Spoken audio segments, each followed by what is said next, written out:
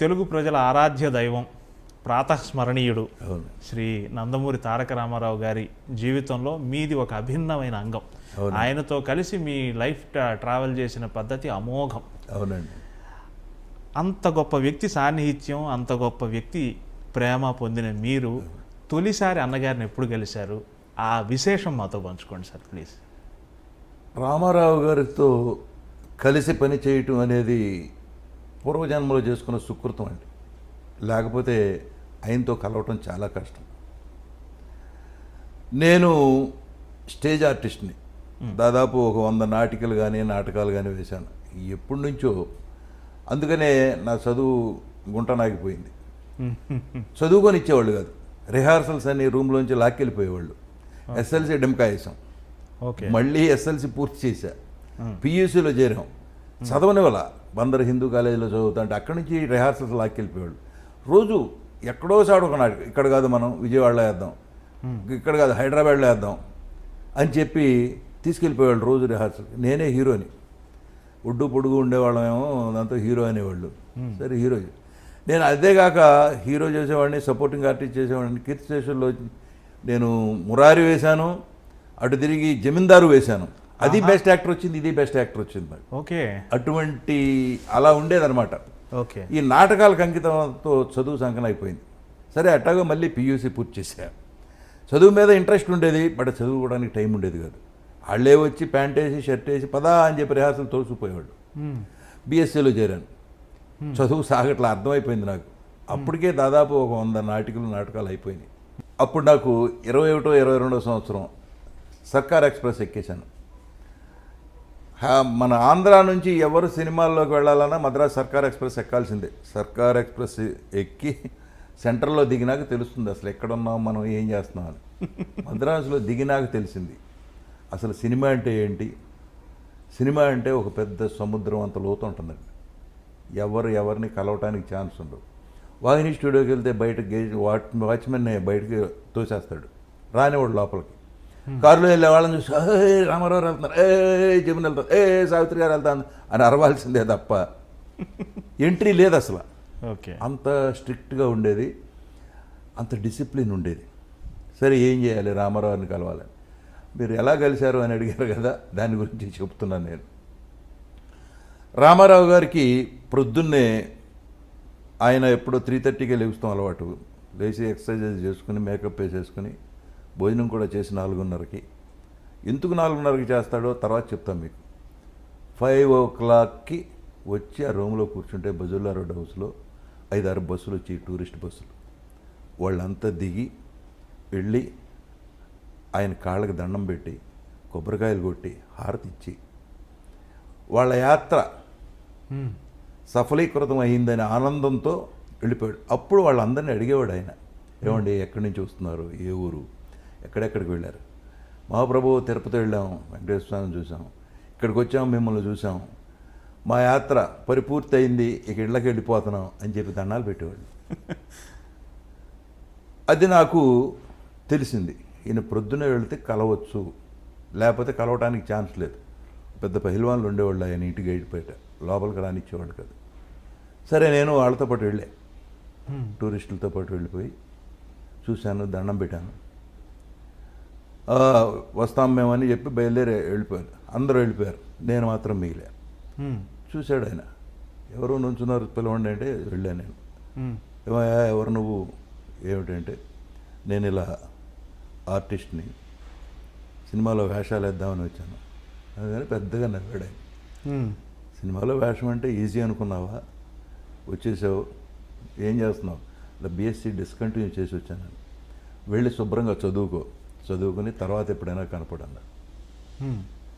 సరే నాకు చిన్న కళ్ళమ్మటి నీళ్లు తిరిగినాయి, బయటకు వచ్చేసి మళ్ళీ 4 రోజులు ఆగి మళ్ళీ వెళ్ళా. మళ్ళీ అయితే సేమ్ టూరిస్టులు, సేమ్ సీన్, హారతి ఇవ్వటం, కొబ్బరికాయలు కొట్టడం అవన్నీ చూసి అక్కడే మంచి.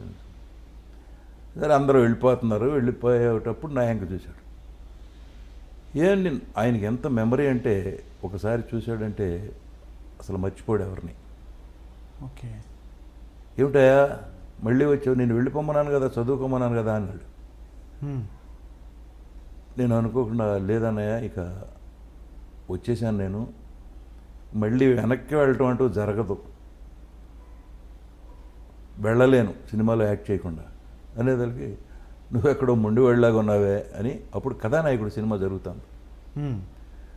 కథానాయకుడు అంటే ఇద్దరు చీఫ్ మినిస్టర్లు అయ్యారు తర్వాత, రామారావు జయలలిత గారు. అవును అవును. పెద్ద క్యాస్టింగ్, నాగభూషణం గారు, మిక్కిలేని అందరూ ఉండేవారు అందులో. హేమాంబరరావు అని ఆయన డైరెక్టర్, గోపాలకృష్ణ గారు అని ప్రొడ్యూసర్. మనవాడు ఏదో మొండివాళ్ళలాగా ఉన్నాడు, వేషం చూడండి అన్నాడు హేమాంబరరావు. ప్రమాణం అనేదానికి నాకు చాలా ఆనందం వేసింది. నువ్వు వచ్చి మా ఆఫీసులో కలవాయా అని చెప్పాడు ఆయన హేమాంబరరావు. అలాగేనని వస్తానన్నయ్య అని చెప్పారు. సరే వెళ్ళాను వాళ్ళ ఆఫీస్కి వెళ్తే కూర్చోబెట్టారు, మంచి చెడు అంతా మాట్లాడారు. ఒక వేషం ఫిక్స్ చేశారు, అది ఎలక్షన్ ఆఫీసర్. అందులో ఉన్న డైలాగులన్నీ నాకే ఉన్నాయి. రామారావుని చైర్మన్ చేయటం, మళ్ళీ తర్వాత రామారావుని దింపేయటం. ఎంతమంది 14 మంది ఆర్టిస్టుల కాంబినేషన్లో నేను. మనకి స్టేజ్ ఎక్స్పీరియన్స్ ఉంది కాబట్టి ఆ పేజీ డైలాగులు గడగడగడమని చెప్పేశాను. శబాష్ అన్నాడు రామారావు. అమ్మ మనకి కాంప్లిమెంట్ వచ్చిందని మనసులో అనుకుని పైకి ఏమీ తెలవనివ్వకుండా థ్యాంక్స్ అన్నయ్య అని చెప్పి వస్తే అన్నీ సింగిల్ టేక్లే. అప్పుడు హేమాంబరరావు గోపాలకృష్ణ గారు కలిసి పనికొస్తాడు ఇతను అని చెప్పి విఎస్ఆర్ స్వామి అని కెమెరామెన్ ఉండేవాడు, బ్యూటిఫుల్ కెమెరామెన్. ఎక్స్ట్రా క్లోజ్ షాట్లు తీయించారు, సినిమాలో ఉంటాయి. ఎందుకంటే ఇతను హీరోగా పెట్టి సినిమా తీద్దామని ప్లాన్ వాళ్ళు. ఓకే, సరే నాకు చెప్పలేదు. సరే రెగ్యులర్గా వాళ్ళ ఆఫీస్కి వెళ్ళి వస్తూ ఉండేవాడిని. షూటింగ్ అయిపోయింది, చేసాము. రెమ్యూనరేషన్ కూడా 116 ఇచ్చారు. అప్పటికే చాలా పెద్ద అమౌంట్, చాలా పెద్ద అమౌంట్ 116 అండి. అప్పుడు గౌరవంగా ఉండేది. ఇప్పుడులాగా మనం 1000 రూపాయలు ఇచ్చి అలాగా 1116, 1116 అనేవాళ్ళు, అలా ఇచ్చేవాళ్ళు.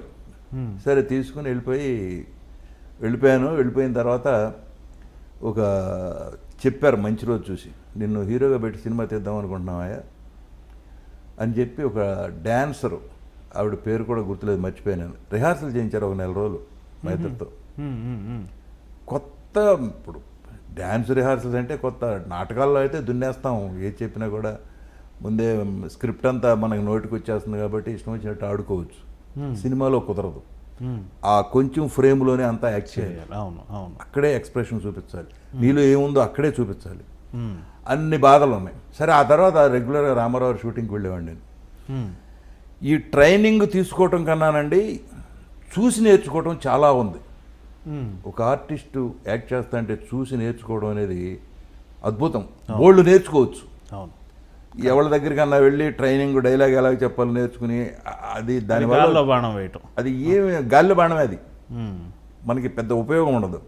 చూసి నేర్చుకోవడంలో ఎక్కువ ఉంటుంది. అందుకని ఎక్కువ సినిమాలు షూటింగ్ జరిగే చోటుకి వెళ్ళేవాడిని నేను. సినిమాలు ఎక్కువ చూసేవాడిని. ఎవరు చేశారు, ఆయన ఎలా చేశాడు, ఈయన ఎలా చేశాడు. ఆ రోజుల్లో పోటాపోటీ ఉండేది. పక్క ఆర్టిస్ట్ ఏం చెబుతున్నాడు, మనం ఏం చెప్పాలి, వాడి ఎక్స్ప్రెషన్కి మనకు కౌంటర్ ఏమి ఇవ్వాలి, ఎవరికాడు క్యారెక్టర్ డెవలప్ చేసుకోవడంలో ఉండేవాళ్ళు. అందుకని ఆ రోజుల్లో ఎవరికి ఇళ్ళు లేవండి, కారులు లేవు. ఒక అంబాసిడర్ కారు ఉంటే 8 మంది వెళ్ళేవాళ్ళం కారులో. భేషజాలు లేవు, వీడు గొప్ప, ఆడు పెద్దనాడు, ఈడు పెద్దాడు, ఏం ఉండేది కదా. ఇలా పర్సనల్ మేకప్ మెన్ లేరు, ఎవరో లేరు. అందరికీ కలిసి ఎవడో ఒకడు ఉండేవాడు, వాడే అందరికీ ఇచ్చేవాడు. కలిసి వెళ్ళిపోయేవాళ్ళం, కలిసి కూర్చునేవాళ్ళం, కలిసి తినేవాళ్ళం. ఆ రోజుల్లో ఈ రోజుల్లాగా క్యారియర్లు పెట్టడం, 10 రకాల కూరలు పెట్టడం అవన్నీ ఉండేవి కాదు. 2 ఇడ్లీ 2 వడ ఒక ప్యాకెట్ ఇచ్చేవాడు పొద్దున్నే, అది టిఫిన్. ఆ పూటకి కాఫీ ఇచ్చేవాడు. మధ్యాహ్నం కాస్త సాంబారన్నం కాస్త పెరుగన్నం పెట్టేవాడు, 2 పొట్లాలు, అవి తినేవాళ్ళం. అంతే. తర్వాత వచ్చేసరికి అసలు క్యారియర్లు, ఆ హోటల్ నుంచి ఇది, ఈ హోటల్ నుంచి ఇది, ఇలా తెప్పించడం మొదలెట్టారు. అలా ఉండమట్టి అంత డిసిప్లిన్గా సినిమాలు ఉండేవి, వేషాల మీద అంత ఇంట్రెస్ట్ ఉండేది. ఇప్పుడు మనం రామారావుని ఫస్ట్ ఎలా కలిసానని నేను చెప్పాను కదా, అక్కడి నుంచి ఇక కంటిన్యూ అయిపోయాను. ఆయన షూటింగ్ ఎక్కడుంటే అక్కడికి వెళ్ళిపోయేవాడిని. అక్కడ ఎవరు ఆపేవాళ్ళు కదా. ఇక నన్ను కూర్చొని చూస్తూ ఉండేవాడు ఆయన ఎలా చేస్తున్నాడు. మెస్మరైజ్ చేసేవాడు. ఆయన యాక్ట్ చేస్తా అంటే అలా నోరు తెరిచి కూర్చునేవాళ్ళం, అలా ఇమ్మర్స్ అయిపోయేవాళ్ళం అనమాట. ఇంత మహానటుడు ఏ వేషం వేస్తే ఆ వేషంలో. ఇప్పుడు జనరల్గా ఆర్టిస్ట్ అనేవాడండి ఒక మట్టి ముద్దలు అంటాడు. దాన్ని డైరెక్టరు ఎలా మోల్డ్ చేస్తే అలా మోల్డ్ అవుతాడు. కరెక్ట్. మీరు రాక్షసుడిగా మోల్డ్ చేయొచ్చు, అందగాడిగా మోల్డ్ చేయొచ్చు, కుంటివాడిగా మోల్డ్ చేయొచ్చు. మీరు ఎలా మోల్డ్ చేస్తే ఆర్టిస్ట్ అలా మోల్డ్ అవుతాడు. ఆర్టిస్ట్లో ఉన్న స్పెషలైజేషన్ అది. అది తెలుసుకున్న డైరెక్టర్లు ఈ క్యారెక్టర్లన్నీ క్రియేట్ చేశారు, ఒకదాని తర్వాత ఒకటి. రాముడు, కృష్ణుడు, దుర్యోధనుడు, భీముడు. అలాగే ఆర్టిస్ట్కి కూడా ఇంట్రెస్ట్ ఉండాలి. మనం వేసుకునేటప్పుడు ఏం చేయాలి, ఏ మీసం పెట్టుకోవాలి, ఈ డైలాగ్ ఉంది ఎలా చెప్పాలి, మాడ్యులేషన్ ఎలా చెప్పాలి, ఎక్కడ ఆపాలి, ఎక్కడ పైకి లేపాలి, ఎక్కడ దింపాలి, ఇవన్నీ నేర్చుకోవాలండి. నేను ఇవన్నీ ఎందుకు చెబుతున్నానంటే ఆ గోల్డెన్ యుగంలో పనిచేసి ఉన్నాం కాబట్టి, ఆ గోల్డెన్ మనుషులతో పనిచేశాం కాబట్టి కరెక్ట్ నేను చెప్తున్నా. ఇది ఎవరికైనా ఉపయోగపడితే వాడుకుంటారు. ఇవాళ జనరేషన్లో మన మాట వినేవాళ్ళు కూడా ఎవరూ లేరు. డిసిప్లిన్ అండి. 7 గంటలకు షాట్ అంటే అందరూ 6:30కి విత్ మేకప్ డ్రెస్తో రెడీగా ఉండేవాళ్ళు. మరి ఇవాళ కంపారిజన్కి వస్తే మరి ఎవరన్నా ఒక్కళ్ళన్నా 10 ఎవరూ రావట్లేదు. అతను 10కి రాడుగా మేము ఎందుకు పొద్దున్నే వచ్చి ఏం చేయం అనే స్టేజ్ తీసుకొచ్చేశారు. చూసేదానికి సినిమాల మీద కాన్సన్ట్రేషన్ తగ్గింది. తర్వాత మెయిన్ క్వాలిటీ పడిపోయింది. ప్రొడ్యూసరు బాగుంటే 10 ఫ్యామిలీలు బతుకుతాయి. 10 ఫ్యామిలీలకి అన్నం పెడతాడు ప్రొడ్యూసర్ అని. ప్రొడ్యూసర్ని గౌరవించేవాళ్ళు. ప్రొడ్యూసర్ వస్తే లేచి నుంచునేవాళ్ళు, దండాలు పెట్టేవాళ్ళు. ఇవాళ అసలు ప్రొడ్యూసర్ కాదు, ఎవరు వచ్చినా గౌరవం లేదు, దండం లేదు. ప్రొడ్యూసర్ ఉన్నాడో చచ్చాడో ఎవరికి వెళ్ళలేదు. ఈ సినిమా మనది అనుకునేవాళ్ళు లేరు. ఈ ప్రొడ్యూసర్ మనాడు. ప్రతి సినిమాని మేము ప్రేమించేవాళ్ళం. సినిమా అంటే అంత ప్రేమగా ఉండేది. ఈ సినిమా మనది, బాగా రావాలి. ఈ సినిమా రోజునే చెప్పేవాళ్ళు ఇది 100 days ఆడుతున్నారా డెఫినెట్గా అనేవాళ్ళం. ఎందుకు? సీన్స్ చూస్తానంటే తెలిసి, మన ఆర్టిస్టులు పెర్ఫార్మెన్స్ చూస్తానంటే తెలిసిపోయేది.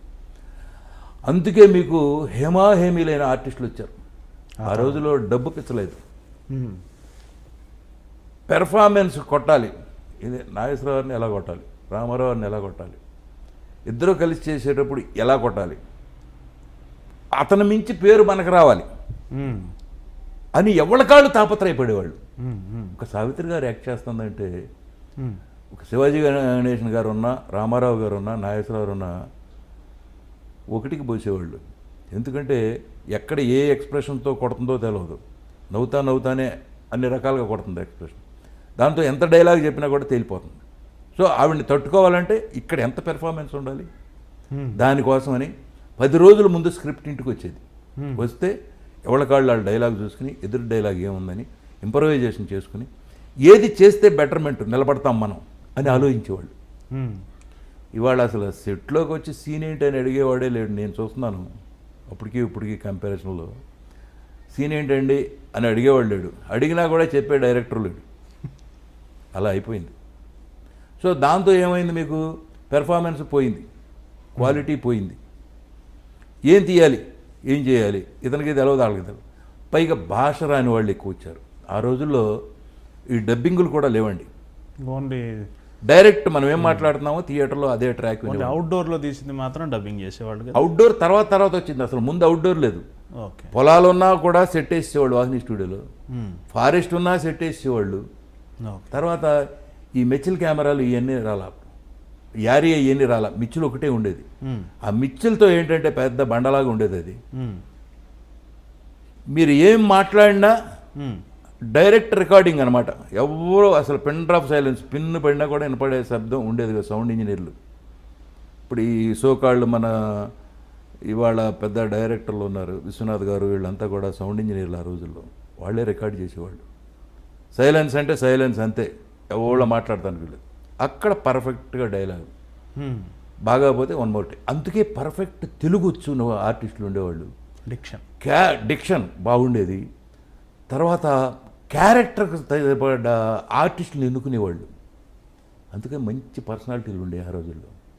ఇప్పుడు అదే మాయాబజార్ వాళ్ళు తీశారనుకోండి, ఒక ఘటోద్గజుడు వేయటానికి ఆర్టిస్ట్ ఏడి, కరెక్ట్, కృష్ణుడు వేయటానికి ఆర్టిస్ట్ ఏడి, దుర్యోధనుడు వేయటానికి ఆర్టిస్ట్ ఏడి, ధర్మరాజు వేయటానికి ఆర్టిస్ట్ ఏడి. అసలు తెలుగు వచ్చినాడు లేరు ఇవాళ. ఏ భాష రాకుండా 1 2 3 4 చెప్పు చాలు మేము డబ్బింగ్లో వేసుకుంటాం. ఆ స్టేజ్ వచ్చేసింది. అవునవును.